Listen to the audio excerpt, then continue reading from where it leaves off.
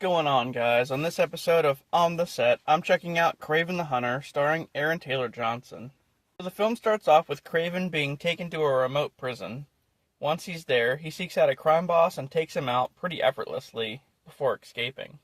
It's then revealed that he's a hunter who hunts down bad people. After that, we go back 16 years earlier, where Kraven and his brother Dimitri are attending a boarding school. Their father, who's a known criminal himself, comes to pick them up after their mother commits suicide. Instead of attending her funeral, though, he takes them to a plane to go hunting. Things go bad when Kraven tries to defend his brother against a lion, ending with Kraven getting killed.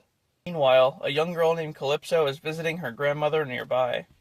Her grandmother gifts her with a special potion that's been in their family for generations, telling her that when the time is right, she'll know what to do with it. So Calypso goes on a safari with her parents, where she comes across the wounded and dying Kraven, who she then gives the potion to.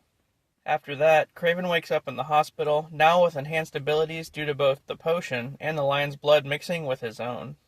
Back at home, instead of embracing him, Kraven's father ridicules him for sparing the lion, saying that he and his brother are both weak. So then, Kraven runs away. Cut to present day, Kraven's been using his abilities to hunt down bad people and lives remotely in Siberia. After attending the funeral of the guy he killed in prison, Kraven runs into an adult Calypso, who is now a lawyer in London. She finds out that Kraven killed the crime boss, who actually killed one of her friends, so she agrees to pool their efforts to track down criminals. As all that's going on, a criminal named Aleksei is put on the trail of Kraven and wants him eliminated, fearing that he'll be coming for him. So, Aleksei has Dimitri kidnapped and held for ransom. When their father refuses to pay, Kraven takes it upon himself to go save him.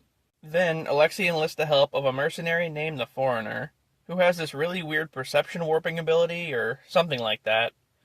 Basically, he takes his glasses off, and then he counts to 3, and he can slow time down or something. Anyway, so Calypso tips Kraven off to Dimitri's whereabouts, but it turns out to be a trap, and Kraven almost dies. Aleksei and gang track Kraven down to his home, where the Foreigner almost kills him by shooting him with a poison dart filled with a hallucinogen. Kraven starts tripping out and sees the one thing that he fears: spiders. Go figure. Just as the Foreigner's about to shoot Kraven, Calypso shows up and takes him out with a bow and arrow. Then, Kraven takes out all of Aleksei's men single-handedly. Aleksei flees with Dimitri, but gets caught up in a stampede, causing Aleksei to unleash his true power, the Rhino. He has this antidote in a backpack constantly flowing into his body by an IV bag. But when he stops the flow, his body hardens into that of a rhino. So he and Kraven fight in an intense scene, but ultimately, Kraven causes Rhino to get caught in another stampede, which crushes him to death. After this, Kraven goes to visit his father, who he finds out was the one who sent Aleksei after him. His father always wanted him to take over his empire, but Kraven says that now he goes after men like him, and then he leaves his father to get mauled by a bear.